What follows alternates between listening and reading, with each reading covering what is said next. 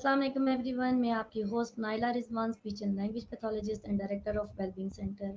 उम्मीद है आप सब खैरियत से होंगे और सेफ होंगे अपने घरों में। जैसा कि आप जानते हैं कि हम different live program sessions conduct करते हैं जिसमें हम डिफरेंट टॉपिक पे डिस्कशन होती है, क्वेश्चन आंसर होते हैं और एक एक्सपर्ट हमारे साथ होते हैं जिनसे हम रहनुमाई हासिल करते हैं। आज का जो हमारा टॉपिक है वो बहुत ज़्यादा अहम है, जिस पे हम बात करेंगे ईटिंग एंड फीडिंग डिफ़िकल्टी जो बच्चों में पाई जाती है, उनकी मैनेजमेंट पे, ट्रीटमेंट पे और स्पेशली पेरेंट्स को गाइड करने की कोशिश करेंगे। आज के जो हमारे स्पीकर हैं, शी इज़ वंडरफुल, बहुत ही अमेजिंग, बहुत ही एक्सपर्ट, जिनके बारे में अगर मैं बयान करूँ तो काफ़ी लोग तो उन्हें जानते होंगे, लेकिन कुछ लोग जो हमें सुन रहे हैं जो उन्हें नहीं जानते, उनका इंट्रो बयान करते हुए मैं कहूँगी, she Pioneer of SLP speech and language pathologist में इन्होंने पहला कदम रखा और उसके बाद जो लॉर्ड्स आई वो थी 28 ईयर एक्सपीरियंस के साथ हैं। और मैम सदफ नवीन हैं, वो पीएचडी रिहैब साइंसेस स्कॉलर हैं और निरम में ये एसएलपी डिपार्टमेंट एचओडी हैं, कंसल्टेंट एसएलपी हैं आईएमआर की। इनसे हम रहनुमाई हासिल करेंगे। Personally I feel very proud my self कि मुझे इनसे पढ़ने का मौका तो नहीं मिल सका, लेकिन इन लाइव सेशंस में मैंने इनसे बहुत कुछ सीखा और आज मेरी गुड लक है कि ये लाइव प्रोग्राम हमारे साथ कंडक्ट किए हुए हैं और हमारी रिक्वेस्ट को इन्होंने कंसिडर किया है। इनसे बहुत कुछ सीखेंगे, मैं भी पर्सनली और आप भी बहुत कुछ सीखेंगे। वेलकम करते हैं अपने प्लेटफॉर्म पे। अस्सलाम वालेकुम मैम। अस्सलाम वालेकुम। कैसी हैं नाइला आप? अस्सलाम वालेकुम। वालेकुम अस्सलाम। आपको मेरी आवाज आ रही है?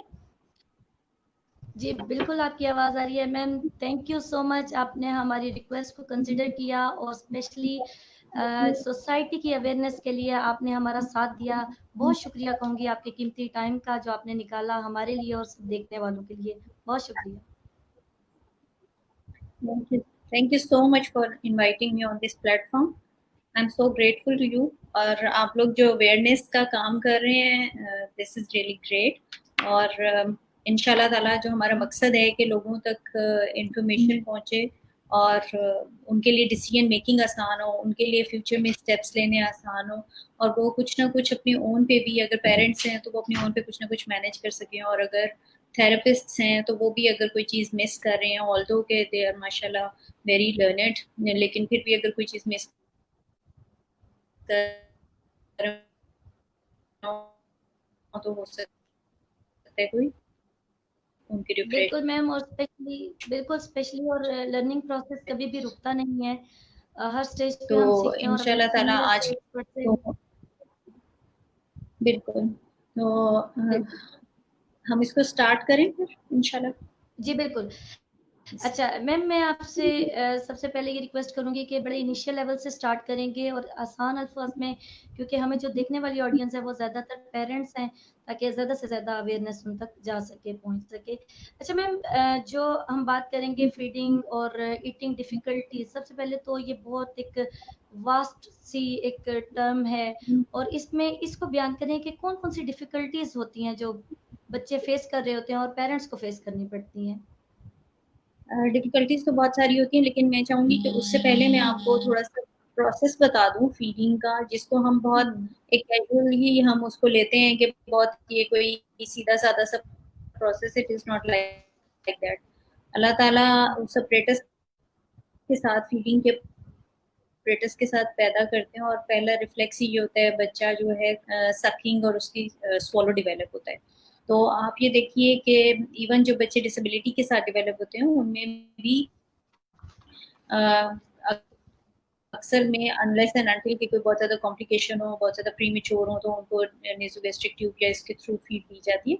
अदरवाइज रिफ्लेक्सेस मौजूद होते हैं सक्स फॉलो के। इवन रिफ्लेक्सेस अगर आप न्यूरोलॉजिकली डेवलपमेंट देखें बच्चों की, तो बहुत during gestation swallow reflex develop हो जाता है बच्चा, बल्कि वो अपना एमनियोटिक फ्लूइड भी स्वॉलो कर लेते हैं। तो हम स्टार्ट करते हैं। सबसे पहले ये देखते हैं कि ईटिंग का जो है पूरा प्रोसेस होता है। तो ईटिंग में जो है सबसे पहले आप 4 फेजेस हैं, वैसे कहने को अगर हम swallow को देखें तो 3 फेजेस हैं, ओरल फेज, फेरेंजियल फेज और इसफेजियल फेज। लेकिन from stand point of view eating को जब हम लेते हैं तो इसमें 4 फेजेस आती हैं। सबसे पहले आ जाता है recognition phase के when you are ready, when you need to know how to eat and what to eat, जहाँ पे आप डिसाइड करते हैं like you do not chew on the water, आप केले को पीने की कोशिश नहीं करते, पानी को चबाने की कोशिश नहीं करते। तो ये कहाँ से डिसीजन होता है? ये हमारे ब्रेन से डिसीजन होता है। That is the recognition phase. यहाँ पे हमारा जो बिहेवियर है, हमारी likeness, dislikeness, we want to eat certain food या we want to avoid certain food, या उससे रिलेटेड जितने भी बिहेवियर्स हैं वो हमारे यहाँ से मॉडिफाई होते हैं। फिर ये हमारा ओरल फेज आ जाती है।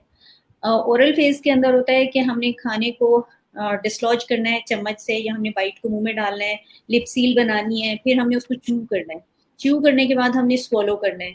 यहाँ तक ये हमारा सारा वॉलंटरी एक्शन है। If we do not want to eat certain food, हम उसको स्पिट आउट कर सकते हैं। इसी तरह से अगर बच्चा भी जो है वो मुंह में रख के बैठा है और उसको स्वॉलो नहीं करना चाह रहा तो उसको स्पिट आउट कर देगा, ठीक है। फिर उसके बाद हमारी फेरेंजियल फेज आ जाती है। फेरेंजियल फेज में जैसे ही फूड पीछे हलक की तरफ जाता है, रिफ्लेक्सली जो है स्वॉलो स्टार्ट होता है, और वहां पे भी इवन उस लेवल के ऊपर भी बच्चा जो है अपना गैग एक्टिवेट कर सकता है। टू मच गैगिंग अगर हो रही है और उसको वो नहीं स्वॉलो करना, उसको उसका टेक्सचर ठीक नहीं लग रहा या उसका टेस्ट ठीक नहीं लग रहा, टेम्परेचर ठीक नहीं लग रहा, वॉल्यूम ज्यादा है, तो उसका एकदम गैग एक्टिवेट हो जाएगा, वॉमिट रिफ्लेक्स, और वो उसको निकाल देगा, ठीक है। और फिर उसके बाद जो फेज, जब ये फेरिंग्स में नीचे चला गया है तो फिर उसके बाद इनवॉलंटरी है, फिर वो चला जाएगा अंदर, हमारे इसोफेगस से हमारे स्टमक में चला जाएगा। तो बेसिकली हम कभी भी इग्नोर नहीं कर सकते जो हमारी रिकग्निशन है फेज है उसको, और हम किसी भी फेज को डिस्कनेक्ट नहीं कर सकते, मिस नहीं कर सकते, हमें इसको पूरे सीक्वेंस से ही देखना होगा। तो बेसिकली जिन बच्चों में डिफिकल्टीज आती हैं, जनरल पॉपुलेशन में भी बच्चों में बहुत डिफिकल्टीज आती हैं, according to the evidence from literature, तकरीबन 20 से 25% बच्चों को 15 से 20% बच्चों को फीडिंग डिफिकल्टीज आती हैं ऑफ डिफरेंट टाइप्स, ठीक है, ऑफ डिफरेंट सेवेरिटी। और ऑटिज्म में जो बच्चे हैं, ASD के साथ जो बच्चे होते हैं, उनमें तकरीबन 1 से 2% तक बच्चों को, एक स्टडी कहती है, और दूसरी स्टडी कहती है तकरीबन 48 to 60% जो है बच्चों में फीडिंग डिफिकल्टीज होती हैं, और किसी न किस्म की डिफिकल्टीज होती हैं। तो जब हम बात कर रहे हैं बिहेवियर से लेके और इसोफेगस तक, यानी पेट में फूड के जाने तक, इसोफेगस से गुजर के पेट में स्टमक तक जाने तक फूड की बात करें, तो हमारे कंट्रोल में क्या है? हमारे कंट्रोल में है बिहेवियर एंड एनवायरनमेंट। फिर हमारी ये च्यूइंग की फेज, ये वाली, इसमें हम फूड को मॉडिफाई कर सकते हैं, या फिर उसके बाद जैसे ही वो हलक में चले जाएगा फिर तो वो चला गया, ठीक है। तो अब इसमें आपको वेरियस मेथड्स यूज कर सकते हैं, बहुत सारी टेक्निक्स यूज कर सकते हैं। तो उसके लिए फर्स्ट ऑफ ऑल हमें एक अच्छे तरीके से ये पता होना चाहिए कि बच्चे को खाने पीने के लिए तैयार करने के लिए सबसे पहले उसकी अटेंशन खाने की तरफ दिलानी है। सिग्निफिकेंस खाने की ये है कि बच्चा जब खाना खाएगा वो फिजिकली ग्रो करेगा, उसकी ग्रोथ होने के साथ साथ उसकी इमोशनल अटैचमेंट डेवलप होगी, जो भी उसका केयर गिवर है, पेरेंट्स हैं या केयर गिवर है उसके साथ। और जैसे ही क्या उसकी अटैचमेंट, आप देखें एक छोटा सा बच्चा पैदा होता है तो मदर उसको ब्रेस्ट फीड कराती है, एक skin to skin contact develop होता है बच्चे का, तो वहां से अटैचमेंट डेवलप होनी शुरू हो जाती है, बच्चे की स्ट्रेंथन होने लगती है। और अगर उसमें बहुत ज्यादा डिस्ट्रैक्शन हो, लाइक आजकल जो है ये मोबाइल्स और tabs and all that, mothers अगर खुद भी उसमें बिजी हैं तो वो जो फीड कराते हुए बच्चे को आपने एक सूद करना था, उसको अपना लव उससे शेयर करना था, या अपनी अटैचमेंट शेयर करनी थी, वो वाला टाइम मिस हो जाता है। तो मतलब it is not like a feeder कि आपने मुंह में डाला और आप अपने काम में लग गए। When you are breast feeding the child तो आपके बहुत स्ट्रॉन्ग अटैचमेंट है, और अल्लाह ताला का ये कानून है कि आपको 2 years and 2.5 years तक बच्चों को फीड कराना है, तो ये एक बहुत अटैचमेंट का टाइम है। हमारे बहुत सारे बिहेवियर डिसऑर्डर्स इस अटैचमेंट के डिस्कनेक्ट होने से, डिसकंटिन्यूएशन से भी बहुत ज्यादा पैदा हो रहे हैं, ठीक है। फिर उसके बाद जो है जी, और दूसरा ये कि बच्चे की सिर्फ ये नहीं है कि उसका फिजिकल डेवलपमेंट हो रही है, उसकी ओरल मैकेनिज्म की डेवलपमेंट हो रही है, बल्कि बच्चे की इमोशनल डेवलपमेंट होती है, सोशल डेवलपमेंट होती है। ये सारी की सारी चीजें इंटरकनेक्टेड हैं। और ये सब की सब चीज़ें जैसे स्पीच एक आपका बिहेवियर है वो शो हो रहा है, इसी तरह से फीडिंग का भी एक बिहेवियर डेवलप हो जाता है बच्चे के अंदर। तो इट इज़ वेरी इंपॉर्टेंट कि एक तो जब आप अगर एज अ थेरेपिस्ट जब आप असेस करें तो कोई भी उसमें छोटा सा भी पॉइंट ना छोड़ें, बहुत डिटेल्ड असेसमेंट होनी चाहिए, ठीक है। तो और इसी तरह से इसको डिटेल्ड असेसमेंट के साथ फिर एज अ पेरेंट्स अगर ले रहे हैं तो आप उसको भी देखें कि एनवायरनमेंट में क्या हो रहा है, कहीं बहुत ज़्यादा डिस्ट्रैक्शन तो नहीं है, कहीं बहुत ज़्यादा ऑक्यूपाइड तो नहीं है बच्चा, या पेरेंट उस ड्यूटी में आता है जो हमने बच्चे को ग्रो करना है, बड़ा करना है, उस ड्यूटी के अंदर आता है। जी, आप कुछ कहना चाह रही हैं नायला? Fine, fine. जी, बिल्कुल। मैं एक चीज़ थोड़ा-सा पूछना चाह रही हूँ कि ऑब्वियसली हर चीज़ के लेवल्स होते हैं, हर चीज़ के सेवेरिटी लेवल होते हैं, क्रॉनिक होने तक के उसकी बड़ी स्टेजेस होती हैं। तो अगर थोड़े से साइन एंड सिम्पटम्स बता दिए जाएँ तो पेरेंट्स को बहुत अच्छा आइडिया हो जाएगा कि हमारा बच्चा फीडिंग डिफ़िकल्टी के साथ है। समहाउ वो ले तो रहा होता है लेकिन इतना फाइनली नहीं ले रहा होता। तो अगर थोड़े से साइन एंड सिम्पटम्स भी डिस्कस कर लिए जाएँ तो ज़्यादा अच्छा क्लियर हो जाएगा। बिल्कुल। अगर बच्चे मैल न्यूट्रिशन है, इरिटेबल है, सबसे पहले बिहेवियर को देख लेते हैं। अगर बच्चा बहुत ज़्यादा इरिटेबल है, चिढ़ता है, बहुत ज़्यादा फ्रस्ट्रेट हो रहा है, एंगर थ्रो कर रहा है, टेंट्रम थ्रो कर रहा है, एंगर शो कर रहा है, तो इस सारी कंडीशंस के अंदर आप ये देखें कि बच्चे का पेट भरा हुआ है कि नहीं है, उसने खाया पिया है कि नहीं है। फिर बच्चे जो हैं उनका वेट लॉस आता है, मैल न्यूट्रिशन होती है, डिहाइड्रेशन। एक बहुत छोटा सा बच्चा जो है, बल्कि अर्ली जो डेवलपमेंट होती है इन्फेंसी में, जो फर्स्ट फ्यू मंथ्स इवन, उसमें भी अगर आप बच्चे की फीडिंग के पैटर्न को देखें, शुरू में तो ये होता है ना कि बच्चा सिर्फ लिक्विड ले रहा है, मिल्क ले रहा है, उसके बाद जब 4 मंथ्स पे आप वीनिंग स्टार्ट करते हैं, 6 मंथ्स पे डिफरेंट फूड्स इंट्रोड्यूस करानी शुरू करते हैं, तो आप बच्चे का फीडिंग बिहेवियर देखें, even that can indicate autism, autistic science.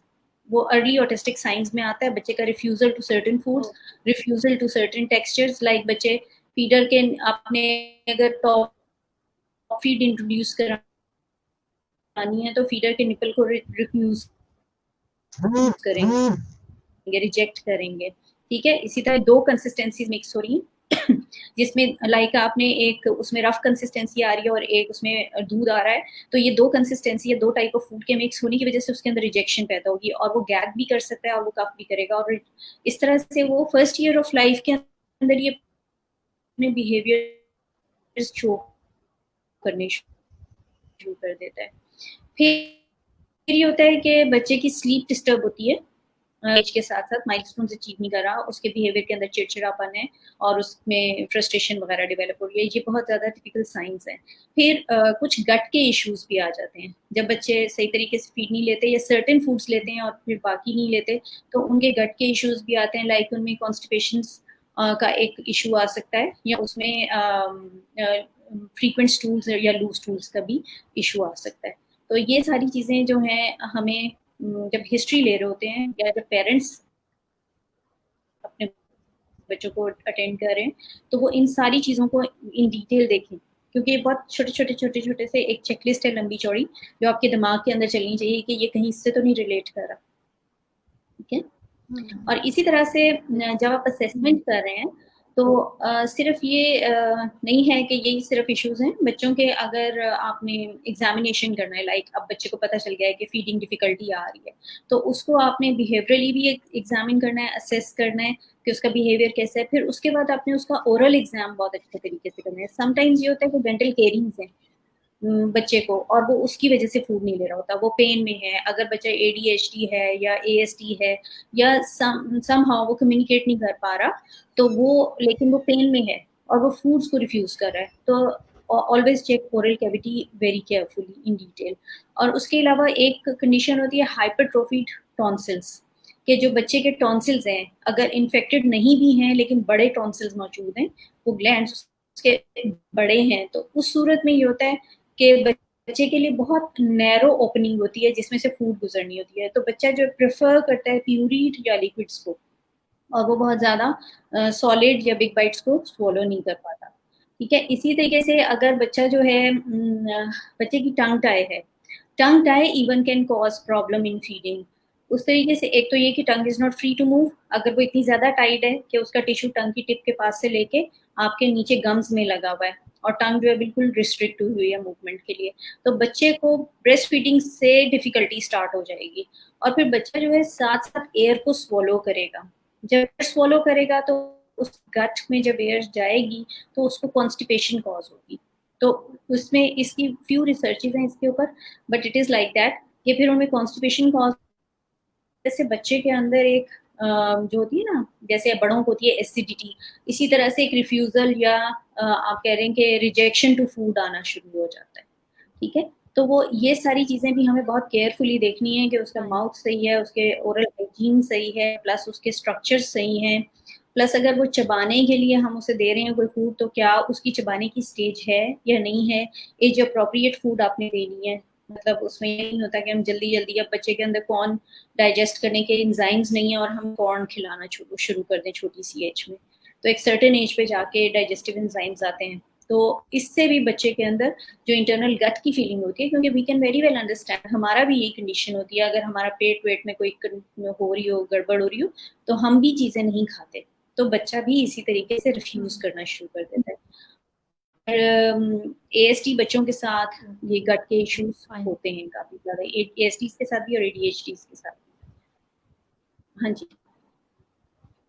ADHD के साथ, ओके। अच्छा मैम, आपने जैसे कहा कि कुछ बच्चों के साथ बहुत इनिशियल लेवल से ही स्टार्ट हो जाते हैं और इवन कि जो उनके लिए फीड लेना होता है, मदर फीड लेना होता है, उसी में डिफिकल्टीज आना शुरू हो जाती हैं। लेकिन क्या कुछ केसेस ऐसे होते हैं जिसमें सडन सॉल्विंग इशू आना शुरू हो गए हैं? और अगर वो होते हैं तो कौन-कौन सी स्पेसिफिक एज है या किसी भी एज में हो सकता है? सडन अगर कोई भी प्रॉब्लम आ रहा है तो वो उसके पीछे कोई ना कोई रीजन जरूर होती है। हुँ, ठीक है, either it could be psychological hmm, और it could be some physical cause. इसकी फिजिकल कोई प्रॉब्लम हो सकती है, जैसे मैंने बताया कि उसको अचानक मुंह के अंदर कोई प्रॉब्लम शुरू हो गई है तो उसकी वजह से उसने रिफ्यूज करना शुरू कर दिया फूड को, या हो सकता है कि सडनली उसको कोई डर गया है या इस वजह से उसका एक सर्टेन वो डेवलप हो गया रिफ्यूजल टू ईट। लेकिन ये होता है कि ये चीज़ें यूजुअली ओवरकम हो जाती हैं, टेम्परेरी होती हैं, जब आप उस चीज़ को ओवरकम कर लेते हैं, जो जो भी चीज़ उसको कॉज कर रही है प्रॉब्लम को। अगर कोई पेट का मसला है और बच्चा रिफ्यूज कर रहा है, जैसे अक्सर बच्चे जब कहते हैं ना दांत निकाल रहा है इसलिए नहीं खा रहा, तो वो बेसिकली क्या होता है कि उनकी जो और मैम कोई कंडीशन होती इन्फेक्शन भी है। होता है?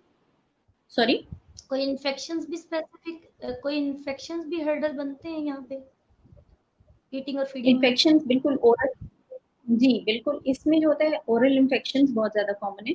और जिन बच्चों की हुँ, केरीज, जो हमारे बच्चे होते हैं ना, जो हमारे पास special children with special needs हमारे पास आते हैं, उनमें अक्सर ये होता है कि पेरेंट्स उनकी ओरल हाइजीन का बिल्कुल ख्याल नहीं करते, क्योंकि उनके लिए ब्रशिंग करना, जैसे हुँ, एएसटी बच्चों के साथ ब्रशिंग करना इज अ सेंसिटिविटी इशू, और इसी तरीके से उन बच्चों की ओरल क्लीनिंग जो है वो बहुत ज़्यादा डिफिकल्ट हो जाती है। तो ऐसे बच्चों में जो है पेरेंट्स उनकी ओरल हाइजीन का उस तरीके से ख्याल नहीं रख पाते, तो ऐसी सूरत में बच्चों में फिर इन्फेक्शन रिपीटेडली होते हैं। और वो रिपीटेड इन्फेक्शन जो है, एक कंडीशन है, बच्चे को बहुत पेनफुल है या अनकंफर्टेबल है, तो वो उसका रिफ्यूजल टू ईट उसका फिर एक बिहेवियर बन जाता है, they keep on refusing to eat. ठीक है, फाइन, फाइन, ओके, ओके। अच्छा मैम, कुछ बच्चे पिकी ईटर्स होते हैं, स्पेसिफिक चीज़ों को तो खाते हैं लेकिन हर चीज़ की तरफ मूव नहीं करते। उनको किस कैटेगरी में डालेंगे? क्योंकि ये बहुत अच्छा ज़्यादा कुछ कंप्लेन बच्चे, हमें सुनने में आती है। वो ये खाता है या सपोज़ अगर सेंटर में भी आ रहे हैं तो एक स्पेसिफिक लंच ला रहे हैं, उसके अलावा वो कंप्लेन करते हैं, इसके अलावा तो वो खाता ही नहीं है कुछ। तो ऐसी सिचुएशन में ऑटिज़्म के साथ नहीं भी होते बावजूद उसके कुछ केसेज़ ऐसे हमें नज़र आते हैं। जनरल पॉपुलेशन के अंदर भी ये प्रॉब्लम होता है, they are either they are picky eater, feeding, या उनके अंदर बिंज ईटिंग, ये सब चीजें कंडीशंस होती हैं कि वो एक तो सर्टेन टाइप ऑफ फूड खाएंगे, दूसरा उनका ये होता है कि वो जो है एक जो ट्रेंड में फूड चल रही है लाइक नगेट्स और एंड ऑल दैट, इस किस्म की जो, जैसे कई हुँ, पेशेंट्स होते हैं वो स्मेल बहुत पसंद करते हैं केएफसी चिकन की, तो वो उसको प्रेफर करें, या मैकडोनल्ड्स की प्रेफर करें, तो वो उसको, हमारे जो एएसटीज के साथ होते हैं उनको उनमें खास तौर पे होता है। तो इसी तरह से एकदम बहुत लंबा टाइम भूखे रहने के बाद एकदम बहुत सारा खा लेते हैं, बिंज ईटिंग भी बहुत ज्यादा कॉमन होती है बच्चों के अंदर। और बच्चों क्या, बड़ों के अंदर भी ये कॉमन होती है। तो इसकी वजह से बच्चों में जो है सब में लोगों में यही होता है कि फीडिंग डिसऑर्डर्स आना शुरू हो जाते हैं और उन पे भी इफेक्ट होता है। तो पिकी ईटिंग जो है ये पिकी ईटिंग से लेके अवर्जन तक कि सिर्फ पिकी ईटिंग नहीं कि मैंने सिर्फ ये खाना है, बल्कि कुछ अगर और खाया तो उसको वो निकाल भी देते हैं, इंट्रोड्यूस कराते हैं, कोई नया फूड इंट्रोड्यूस कराते हैं नॉन प्रेफर्ड फूड, तो उसको वॉमिट आउट कर देते हैं। तो यहाँ तक के प्रॉब्लम्स आते हैं बच्चों के अंदर। और ये सिर्फ ASDs या ADHDs या इस किस्म के patients children with special need में नहीं होते, ये आम बच्चों के अंदर भी होते हैं। इसमें देखिए जो मेरा एक्सपीरियंस है इसको कैसे हैंडल किया जाए, इसमें यही होता है कि सबसे पहले तो अगर तो ये डायग्नोज्ड है, एक टीम ऑफ प्रोफेशनल्स होनी चाहिए, paediatrician, occupational therapist, speech therapist, social case worker, psychologist, इन सबको मिलके काम करना चाहिए अगर ये आइडेंटिफाई हो रहा है ऐसा प्रॉब्लम। पीडियाट्रिशियन जो है उसको असेस करेगा कि उसकी ओरल कैविटी से लेके गट के अंदर कोई किसी किस्म का प्रॉब्लम नहीं है। If there is no problem तो फिर उसको बिहेवियर के पॉइंट ऑफ व्यू से ट्रेन किया जाएगा, ठीक है। बिहेवियर के पॉइंट ऑफ व्यू से उसकी थेरेपी या ट्रेनिंग की जाएगी। उसमें भी यही होता है कि बच्चों को आप ट्रेन करते हैं ABA की टेक्निक्स के ऊपर, यानी उनको रीइंफोर्समेंट और कंडीशनिंग की जाती है, और फिर उसके बाद जो है और उसमें ग्रेजुअली आप करते हैं। यानी समटाइम्स ऐसे होता है, हमारे पास एक पेशेंट आया, हमने उसको देखा कि उसको पिकी ईटिंग है, पिकी ईटिंग के लिए हमने पेरेंट्स को गाइड किया और एक सेशन में उन्होंने उसको पिक कर लिया, अंडरस्टैंड कर लिया, और उसके बाद उन्होंने उसको फॉलो किया और बच्चे की प्रॉब्लम खत्म होगी। लेकिन एक बच्चा है जिसके अंदर जैसे कोई और टेक्सचर जाता है तो वो उसको उसका अवर्सिव बिहेवियर है, is totally refuses to eat and even sometimes he spit it out and vomits it out. तो उस सूरत के अंदर हमें कॉन्टिन्यूसली थेरेपी देनी पड़ती है रेगुलर, ताकि वो ग्रेजुअली उस यूज टू होता जाए उस फूड का, ठीक है। तो इसमें जो है जनरल पॉपुलेशन के अंदर बहुत ज़्यादा आई वुड से कि एनवायरनमेंट का रोल है। अगर आपके एनवायरनमेंट में यूजुअली ये होता है कि meal time is a happy time, meal time is a social time, meal time is a attachment time. तो आप कोशिश करें कि बच्चा जो है वो सबके साथ खाए। जब बच्चे सबके साथ खाते हैं, I know it is difficult कि समटाइम्स बच्चों को हैंडल करना डिफिकल्ट होता है, लेकिन there are so many ways उनके थ्रू हम बच्चों को हैंडल कर सकते हैं। कि आप उनकी डाइनिंग चेयर बना लें, अपनी गोद में इस तरीके से बिठाएं कि आप उनको खुद भी खिलाएं और वो खुद भी ईट करें। तो उससे ये होता है कि दे ईट क्वाइट वेल। लेकिन पेरेंट्स आते हैं इलेक्ट्रॉनिक स्क्रीन सिंड्रोम के साथ, वो ये कहते हैं कि बच्चे को खाना खिलाते हुए हमें कार्टून लगाने पड़ते हैं। अब उसमें क्या है, वो कार्टून एग्जैक्ट देखे मैम, आप, बहुत ज्यादा। बहुत कॉमन है। और it is causing so much problem, बच्चे की कोई उस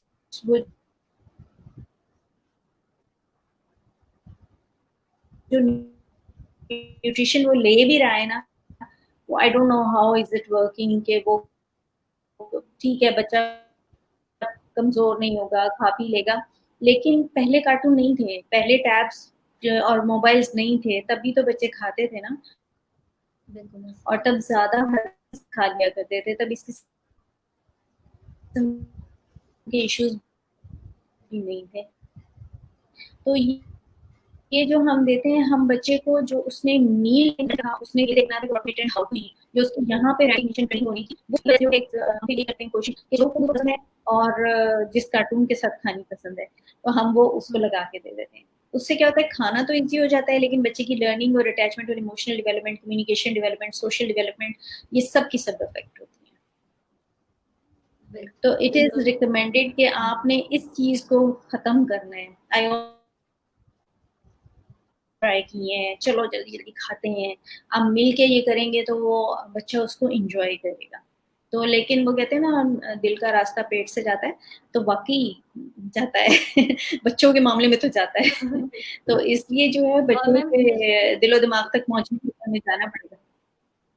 सॉरी, बिल्कुल, और स्पेशली मैम आपकी बहुत आवाज। बहुत खूबसूरत बात आपने की। जी बिल्कुल मैम, कि बहुत खूबसूरत बात आपने की कि सिर्फ हमने मील ही नहीं प्रोवाइड करना, बल्कि ऑन दैट टाइम हम बहुत सी चीज़ें डेवलप कर सकते हैं अगर हम इंटेंशनली जी, उस पे वर्क करते हैं। तो लव, सोशलाइजेशन, जर्नलाइजेशन, व्हाटसोएवर, बहुत सी चीज़ें। इवन मैम हम स्पीच कितनी डेवलप कर सकते हैं। और वाकई आपने बहुत खूबसूरत बात की और स्पेशली पेरेंट्स के लिए ये बहुत ज़्यादा अहम है, जो कहते हैं कि हम टैब के बगैर या टीवी के बगैर और इवन स्क्रीन टाइम छोड़ भी देते हैं तो खाने के टाइम नहीं छोड़ते।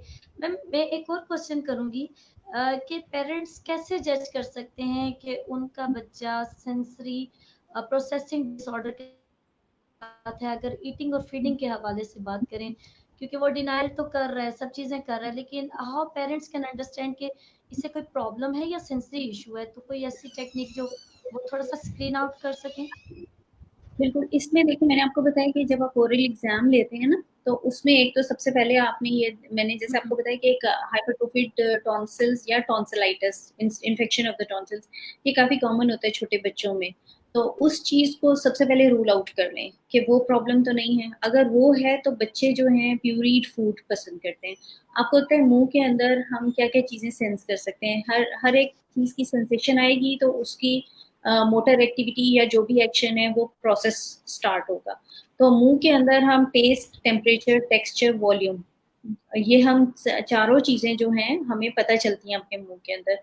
ये टेस्ट कैसा है चीज का, टेम्परेचर कैसा है, टेक्सचर कैसा है और कितना वॉल्यूम है। तो ये देखते हैं कि जो बच्चे जिनको सेंसरी इश्यूज होते हैं, जैसे वो प्रेफर करते हैं कि दो कंसिस्टेंसीज ना कंबाइन हुई हो, like cornflakes, they would not like it, और वो उसकी जगह प्रेफर करते हैं अक्सर चिल्ड्रन विद ऑटिज्म या चिल्ड्रन विद पीडीडीज, उनमें यही होता है कि उनमें बच्चों में वो एक कंसिस्टेंसी को प्रेफर करते हैं, आइदर प्यूरीड और ऐसी जिसमें एफर्ट ना करनी पड़े खाने की, या सेम कंसिस्टेंसीज प्रेफर करते हैं। तो इसको आपने कि उनको ये सेंसरी इशू आ रहा है, यानी उनको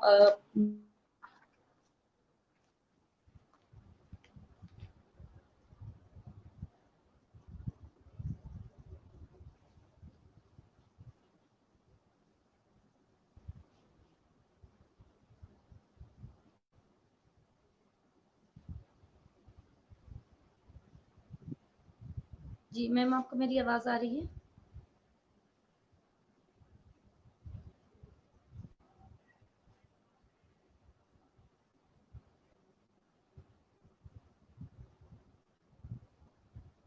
जी, हम बहुत अहम टॉपिक पे बात कर रहे हैं और स्पेशली अगर मैं पेरेंट्स के हवाले से बात करूँ तो बहुत ही अहम गाइडलाइन है जो कि एक एक्सपर्ट हमें दे रहे हैं और स्पेशली हम पर्सनली खुद भी बहुत कुछ सीख रहे हैं कि किस तरीके से वो अंडरस्टैंड कर सकते हैं कि ये सेंसरी इशू है या कोई हैबिट है या बिहेवियर है, या उसको एक पेनफुल फीलिंग के साथ कर रहा है जिसकी वजह से वो फीडिंग और ईटिंग डिफिकल्टी को फेस कर रहा है, और किस तरीके से उसको हमने घर में टैकल करना है। स्पेशली हम फर्दर पूछेंगे कि किस तरीके से हम लोगों ने डायग्नोसिस की तरफ मूव करना है, कौन-कौन से प्रोफेशनल्स को टच करना है, ये तमाम डिस्कशन हम मैम सदफ से करेंगे।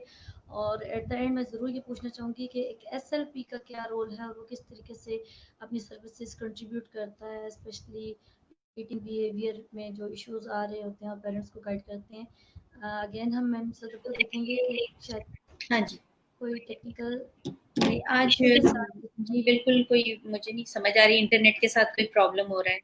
जी मैम, सम टाइम बाकी इश्यूज़। जी मैम, हम बात कर रहे थे। जी, सेंसरी इश्यूज को देखने के लिए यही होता है कि आपने ऑब्जर्वेशन करनी है कि बच्चा जो है वो किस टाइप की फूड प्रेफर कर रहा है।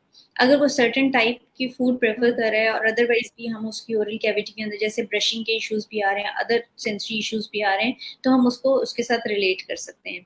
लेकिन ये यूजुअली होता है उस पॉपुलेशन में जिनको कोई ना कोई बिहेवियरल न्यूरोकॉग्निटिव या इस किस्म के प्रॉब्लम्स होते हैं। लेकिन जो जनरल पॉपुलेशन है उसमें सेंसरी इश्यूज इतने ज़्यादा नहीं होते, but they have likes and dislikes, और वो लाइक्स और डिसलाइक्स इतनी ज़्यादा बढ़ जाती हैं कि वो अवर्जन की तरफ चली जाती हैं, दे डेवलप अवर्सिव बिहेवियर। ठीक है, वो उसको अवॉइड भी करते हैं और उसको डेवलप कर लेते हैं। ठीक है, तो इसमें यही है कि इसमें आपकी असेसमेंट जो है ऑक्यूपेशनल थेरेपिस्ट के साथ मिल के आप असेस करेंगे और then you will find out. और डेफिनेटली इसके लिए बेसिकली जो फीडिंग डिसऑर्डर्स हैं उनको टैकल ऑक्यूपेशनल थेरेपिस्ट करते हैं, लेकिन जो कम्युनिकेशन का एरियाज हैं कि बच्चे के लाइक्सनेस बतानी है, डिसलाइकनेस बतानी है, वो स्पीच थेरेपिस्ट अक्सर डील करता है कि उसके वो कम्युनिकेशन डेवलप करे। लेकिन सर्टन केसेस में ऐसा होता है कि you do not get an occupational therapist, जो कि बड़ी रेयर कमोडिटी है। तो इसलिए फिर उस सूरत में इवन द स्पीच थेरेपिस्ट और teachers can work on it. लेकिन कोशिश यही करनी है कि जब भी आपने एबीए के बेस पे फीडिंग ट्रेनिंग देनी है तो उसके लिए आपने एक एनवायरनमेंट को क्रिएट करना है ताकि डिस्ट्रैक्शन फ्री हो, और उसको आहिस्ता आहिस्ता बच्चे को सोशलाइज कराने के साथ साथ फीडिंग ट्रेनिंग करनी होती है उसकी। ठीक है, तो इसको अब जैसे कि मैंने बताया कि रिसर्चर्स कहती हैं कि देयर आर प्रॉब्लम्स, यानी 50% of the children with autism के अंदर फीडिंग के इश्यूज आते हैं, बट दोज आर सॉल्वेबल, उनको किया जा सकता है सॉल्व। जैसे आप बाकी सारे बिहेवियर्स को मॉडिफाई करते हैं उसी तरीके से आप फीडिंग के बिहेवियर को भी मॉडिफाई कर सकते हैं। लेकिन इसमें इम्पॉर्टेंट चीज़ ये है कि parents should work with the therapist. इसमें खाली थेरेपिस्ट का रोल नहीं है, क्योंकि खाना पीना बच्चे का थेरेपी रूम के अलावा भी चलता है, तो वो उसको वहाँ पे भी उसको वो ट्रेनिंग करनी है। तो इसलिए they should be on the same page, और वो आपस में एक ट्रस्ट का रिलेशनशिप होना चाहिए, एक कम्युनिकेशन का रिलेशनशिप होना चाहिए। ठीक है, फाइन। हाँ जी। और बिल्कुल ठीक है मैम। मैं एक और चीज़ पूछना चाहूँगी कि आपने कहा कि जैसे एक मल्टी डिसिप्लिनरी टीम इसको टैकल करती है, अटेंड करती है, जिसमें तमाम प्रोफेशनल्स, बिहेवियर, ऑक्यूपेशनल, जी एक स्पीच पैथोलॉजिस्ट के रोल को चाहूँगी कि एलैबोरेट करें, क्योंकि बाकी सर्विसेज पेरेंट्स अगर नहीं भी दे रहे होते हैं तो ज़रूर दे रहे होते हैं, कंसर्निंग होते हैं। तो उस लिहाज से अगर बताएं कि स्पीच थेरेपिस्ट का क्या रोल है फीडिंग में? फीडिंग में देखिए, स्पीच थेरेपिस्ट जैसे स्पीच का बिहेवियर मॉडिफाई कर रहे होते हैं, तो इसी तरीके से वो फीडिंग के ऊपर भी काम कर सकते हैं, because they are working on the oral cavity and their recognition and their behaviour, all these things. तो लेकिन देखिए, आइडियल सिचुएशन तो ये है, जो कि हमारे पाकिस्तान में नहीं है, कि हमारा paediatrician, occupational therapist, speech therapist, psychologist और सोशल केस वर्कर ये सारे इकट्ठे काम करें। लेकिन अब हमारे पास हर जगह पे ये सब अवेलेबल नहीं है। We have to rely on this दो सर्विसेज जो हमें अवेलेबल हैं। तो उसके लिए यही होता है कि आपने जैसे स्पीच थेरेपिस्ट है वो फीडिंग ट्रेनिंग कर सकते हैं, बिकॉज वो बिहेवियर ट्रेन करने के लिए ट्रेंड हैं। तो वो सिर्फ कम्युनिकेशन, बल्कि अगर वो कम्युनिकेशन के साथ उस बिहेवियर को मॉडिफाई करेंगे तो फिर ज़्यादा बेहतर तरीके से कर पाएंगे इंशाल्लाह ताला। क्योंकि हम हर देखिए, पाकिस्तान में पेशेंट ने सारा कुछ out of his own pocket पे करना है ना, हमारी स्टेट तो फंड नहीं कर रही इस चीज़ को, इन सब चीज़ों के लिए। वो अब ये नहीं कर सकते कि एक फीडिंग के इशू के लिए वो ओटी के पास जा रहे हैं, स्पीच के लिए एसटी के पास जा रहे हैं, फिर उसके अलावा बिहेवियर के लिए वो साइकोलॉजिस्ट के पास जा रहे हैं। तो हमें मल्टीपल रोल्स प्ले करने पड़ते हैं समटाइम्स। इसी तरह जैसे साइकोलॉजिस्ट हैं, sometimes they are working on the speech as well. बिल्कुल। ठीक है, तो इस तरह से हमें एक दूसरे का, although it does not look good कि कोई किसी की डोमेन में एंटर हो, लेकिन ये है कि समटाइम्स हमें ये करने पड़ते हैं, बल्कि समटाइम्स क्या, अक्सर I am working in a clinic, I am working in a hospital, वहाँ पे हमसे ये एक्सपेक्ट किया जाता है कि हम इवन जेनेटिक काउंसलिंग भी करें। तो अब ये कि अगर हम उन्हें रिफ्यूज कर दे हैं तो बाहर निकलते ही जो कमेंट्स हमें सुनने को मिलते हैं, तो वो यही होता है कि जी इन्होंने तो हमें कुछ नहीं बताया। तो फिर ये होता है कि हमें उनको, अपना नॉलेज अगर आपका इतना है तो आप उसे ज़रूर शेयर करेंगे, लेकिन अदरवाइज आप उनको प्रॉपर्ली रेफर करें या प्रॉपर्ली गाइड ज़रूर करेंगे, ताकि they should not be at a loss. ठीक है, फिर आपका जब ट्रस्ट डेवलप हो जाएगा, विल वर्क विद यू। ठीक है, बिल्कुल, जितना हम कंट्रीब्यूट कर सकते हैं वो करें और उसके बाद उनको ज़रूर रेफर करें। अच्छा मैम, आखिर में मैं ज़रूर चाहूँगी कि आप अर्ली इंटरवेंशन के बारे में बात करें, क्योंकि जितना जल्दी चीज़ को कैच कर लिया जाए, और पेरेंट्स को ये अवेयरनेस देना बहुत ज़रूरी है, तो इस बारे में ज़रूर पेरेंट्स को गाइड करें कि अर्ली बिल्कुल बिल्कुल इंटरवेंशन, फीडिंग और ईटिंग डिफिकल्टीज। बिल्कुल Naila, this is very very important. चाहे कोई भी हो, फीडिंग एंड ईटिंग डिफिकल्टीज नहीं, बल्कि हर एरिया के अंदर जो है early intervention is a must. ठीक है, उसमें ये कि जितनी जल्दी आप डिटेक्ट कर लेंगे प्रॉब्लम को, जितनी जल्दी इंटरवीन करेंगे, जितनी जल्दी उसे डायग्नोज करेंगे, जितनी जल्दी उस पर काम करेंगे, उतना ही आप बिहेवियर को मॉडिफाई करेंगे। देखें, बच्चा जब पहले साल में है तभी वो इतना पुराना नहीं हुआ कि उसके बिहेवियर्स जो है बहुत ज्यादा स्ट्रेंथन हो गए हों। अभी जो है उसके जो अभी तो बिहेवियर डेवलप होने की स्टेज के ऊपर है ना, तो अभी हमने उसको ट्रेन करना है, तो हम ट्रेनिंग को मॉडिफाई कर लेंगे अगर हमें जल्दी पता चल जाएगा। लाइक अगर हमें फॉर एग्जांपल मैंने कहा आप टंग टाई जो है ब्रेस्ट फीडिंग में पता चल सकती है, तो अगर वो टंग टाई उस टाइम पे पता चल जाती है तो बहुत अर्ली उसकी जो है एक्सीजन होके और फ्रेनुलेक्टमी होके और फिर बच्चा जो है उसकी टंग फ्री हो जाएगी, उसके मसल्स और टंग का बिहेवियर साथ साथ डेवलप होता चला जाएगा। इसी तरह से अगर एक बच्चे में आपको 6 मंथ्स के ऊपर साइंस नजर आ रहे हैं कि वो सर्टेन फूड्स को रिफ्यूज कर रहा है, सर्टेन फूड्स को खा रहा है, तो वो भी आप उसको अगर उसी वक्त से हैंडल करना शुरू कर देंगे और बजाय इसके कि उसको पुश करें और उसके मुंह के अंदर स्टफ करना शुरू कर दें फूड को जबरदस्ती, ये भी एक मैंने बिहेवियर देखा है पेरेंट्स का कि जब बच्चा नहीं खा रहा होता तो वो सारी फूड को ब्लेंड करते हैं और उसके अंदर जो है ना मुंह में डालना शुरू कर देते हैं। ऑलवेज टेल देम जो फूड आपने उसके लिए पालक, चिकन, सेरेलैक और फला फला फला चीजें मिक्स करके जो बनाई है, ये सारी की सारी जरा एक स्पून आप खा के देखें क्या इसका टेस्ट है। हमारा माउथ टेस्ट मांगता है, तो हम उसको टेस्ट को शुरू से अगर ट्रेन करेंगे वेरियस टेस्ट को फील करने के लिए और स्टिमुलेट होने के लिए, तो बच्चा जो है फिर उसी तरह से ट्रेन होगा। ठीक है, तो एक तो ये कि स्टफ नहीं करना, हमने ये प्रॉब्लम बहुत देखा है, हमारे पास केसेस आते हैं अक्सर सेरेब्रल पैल्सी के साथ, डिलेड माइलस्टोन्स के साथ, या डीबीडीज के साथ, डीजेनरेटिव ब्रेन डिजीजेस के साथ, जिसमें ये होता है कि बच्चा जो है खा नहीं रहा। जब हम उनसे कहते हैं आप हमें खिला के दिखाएं, ये बहुत अच्छा तरीका होता है कि पेरेंट्स को आप फ्री हैंड दें कि वो उसी तरह बिहेव करें जैसे वो घर में अपने बच्चे के साथ चाहे खाना है चाहे बोलना है उसमें करके दिखाएं। आप बहुत सारी चीजें ऑब्जर्व कर लेते हैं और फिर बच्चे को ट्रेन करना बहुत, आपको वो पॉइंट्स मिल जाते हैं जिसके जो गलत हो रहे होते हैं जिनको आपने सही करना होता है। तो जब हम उनको कहते हैं कि खिला के दिखाएं तो हम देखते हैं कि वो बच्चे को लिटाते हैं और उसके बाद वो एक के बाद स्पून से भरते जाते हैं मुंह के अंदर, और थोड़ी देर के बाद बच्चा जो है सारा वॉमिट आउट कर देता है। तो ऐसी सूरत में जो होता है उसको वो कहते हैं ये तो इसको उल्टी आ जाती है, थोड़ी देर इसको फौरन उल्टी आ जाती है। तो अब आपने इसमें ये क्वेश्चन करना है कि उसको उल्टी फौरन आती है या उसको थोड़ी देर के बाद आती है, यानी 15-20 मिनट के बाद। 15-20 मिनट के बाद आती है तो इसका मतलब वो स्टमक से आ रही है, इशू गट का। अगर उसको फौरन वॉमिटिंग हो रही है जैसे ही आपने स्पून डाला और उसके फौरन बाद आ रही है, तो इसका मतलब उसकी गैग जो है वो हाइपर सेंसिटिव हुआ हुआ है due to his behaviour, due to his refusal, due to his likeness और डिसलाइकनेस। ठीक है, या कोई इन्फेक्शन है माउथ का या किसी भी वजह से उसका गैग जो है वो इतना एक्टिव हुआ है कि उसने उसको निकाल दिया है जो भी कुछ खाया था, उसको वो मुंह से ही वॉमिट कर रहा है, फेरिंग्स से ही वॉमिट कर रहा है। तो ऐसी सूरत में अगर फौरन वॉमिटिंग आती है तो चेक इट, ये प्रॉब्लम हो सकता है कि बिहेवियर से रिलेट कर रहा हो। लेकिन अगर उसको फूड खाने के 15-20 मिनट के बाद आती है तो फिर चेक इट, कि फिर आप उसको रेफर करेंगे टू द पीडियाट्रिक गैस्ट्रोएंटरोलॉजिस्ट के पास, तो वो फिर उसको असेस करेंगे। ठीक है, तो इसलिए जो है आपने अर्ली डिटेक्शन से आपको पता चल जाएगा मेडिकल प्रॉब्लम है या बिहेवियरल प्रॉब्लम है। अगर आप उसको बहुत अच्छे से कीनली ऑब्जर्व करते हैं तो आपको बहुत अच्छे पता चल जाता है।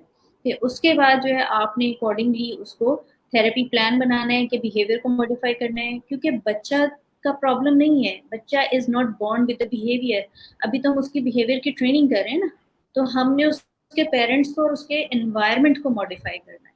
हमने ये देखना है कि एनवायरनमेंट में कैसे, अब जैसे एक बच्चा वॉमिट करता है तो हमने हमने एबीसी ऑफ द बिहेवियर देख लेनी है कि एंटीसीडेंट क्या था, उसका बिहेवियर क्या था और उसका कॉन्सिक्वेंस क्या था। कि बच्चे ने जो है जैसी उसकी डिसलाइक्ड फूड आई उसके मुंह में डाली, उसने क्या किया, antecedent disliked food, non preferred food उसके मुंह में डाली गई, बिहेवियर हुआ वॉमिटिंग का, और कॉन्सिक्वेंस क्या हुआ कि हमने जल्दी जल्दी उसको सारों ने अटेंड किया, उसको बहुत ज्यादा सूद किया, उसको गोद में ले लिया और फिर उसके बाद हमने उसको उसकी प्रेफर्ड फूड दे दी।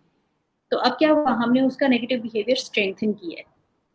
तो उसमें ये होता है कि अटेंशन भी ऐसे ही लेते हैं बच्चे अपने नेगेटिव बिहेवियर से। पहले कोई अटेंड नहीं कर रहा, जैसे ही बच्चे ने चीजें फेंकना शुरू की सबने अटेंड करना शुरू कर दिया, तो कॉन्सिक्वेंटली उसको अटेंशन मिल गई। अब क्या होगा कि वो उसको रिपीटेडली इसी बिहेवियर को करेगा यूज दूसरों की अटेंशन लेने के लिए। तो इसी तरह से आप ये ABC of the behaviour correct कर लेंगे, एंटीसीडेंट से लेके करेक्शन शुरू करेंगे। यानी आप प्रेफर्ड फूड और नॉन प्रेफर्ड फूड को जो है प्रेफर्ड फूड को रीइंफोर्समेंट के तौर पे दें और नॉन प्रेफर्ड फूड को आप थेरेपी के पॉइंट ऑफ व्यू से दें। तो आहिस्ता आहिस्ता उसको ट्रेन करें फूड फीडिंग के लिए, तो बच्चा ट्रेन हो जाता है। ठीक है, बिहेवियर ट्रेन करना, मैं हमेशा पेरेंट्स को ये कहती हूँ कि आपका बच्चा बिहेवियर के साथ पैदा नहीं हुआ, उसको भी आपने ट्रेनिंग देनी है। He is just 2, he is just 3, अभी तो 3 साल का है, अभी तो उसने कुछ सीखना है आपसे। आप लोग जो एनवायरनमेंट सिखाएगा। अब एनवायरनमेंट में क्या है, इट ऑल डिपेंड्स कि एनवायरनमेंट कैसा है। तो छोटे बच्चों के मामले में ये होता है, और हमारे पास कभी टीनेजर्स भी आते हैं जो नेज़ोगैस्ट्रिक फीडिंग के ऊपर होते हैं। वो साइकोलॉजिकल फीडिंग डिसऑर्डर है, और उसको आपको फिर टोटल ट्रेन करना पड़ता है साइकोलॉजिस्ट की हेल्प से, प्लस आप उसके फूड मॉडिफिकेशंस कर करके तो उसको ट्रेन करते हैं। ठीक है, any other question? Thank you so much ma'am, बहुत शुक्रिया। क्वेश्चन तो मैम बहुत से हैं, स्टिल अभी मेरे भी माइंड में बहुत से हैं, क्योंकि हम थेरेपिस्ट, बीइंग अ थेरेपिस्ट, बहुत से केसेस जब देखते हैं तो बहुत से क्वेश्चंस का सामना करते हैं। तो अपने तौर पे जवाब देना एक अलग बात है, लेकिन आप जैसे एक्सपर्ट से सवालों के जवाब लेके देना एक अलग बात है।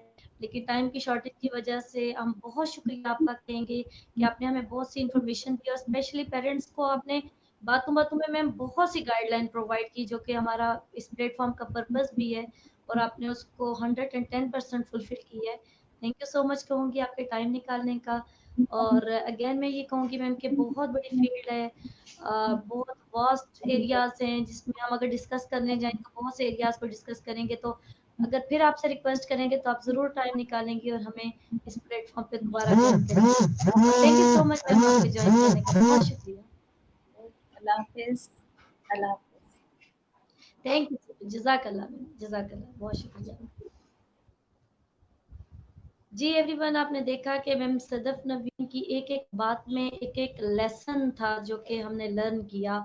और स्पेशली अगर हम बात करें बिहेवियर के अकॉर्डिंग, तो एक स्पीच थेरेपिस्ट बिहेवियर को भी हैंडल कर रहा होता है। और स्पेशली जैसा कि मैम सदफ ने बहुत ही खूबसूरत बात की कि एक मील टाइम सिर्फ मील टाइम नहीं होता, बल्कि वो एक लर्निंग टाइम होता है, जिसमें पेरेंट्स बहुत सा लव एक्सप्रेस करते हैं, बहुत सा लव ले सकते हैं बच्चे से, सोशलाइजेशन की तरफ मूव कर सकते हैं, प्रोडक्शन की तरफ मूव कर सकते हैं। सो काइंडली उस टाइम को आपने वेस्ट नहीं करना, और कभी भी उस बच्चे के मील को स्क्रीन टाइम के साथ अटैच मत करें, बल्कि उसको अपने लव के साथ एक कॉन्टेक्ट्स रिलेशंस के साथ अटैच करें, ताकि बच्चा उसके साथ और बहुत कुछ सीखे। मैम सदफ नवीन के हर हर जुमले से हमने बहुत कुछ सीखा, और इंशाल्लाह मैं उम्मीद करती हूँ कि आप लोग इसको अपनी ज़िंदगियों में पार्ट बनाएंगे और अपने बच्चों पे इम्प्लीमेंट करेंगे इन तमाम जो सजेशंस थी, अवेयरनेस थी उनको। नेक्स्ट प्रोग्राम में इंशाल्लाह एक नए टॉपिक के साथ, एक नए गेस्ट के साथ आपको ज्वाइन करेंगे। अपना बहुत ख्याल रखें और हमें भी दुआ में याद रखें। अल्लाह हाफिज़।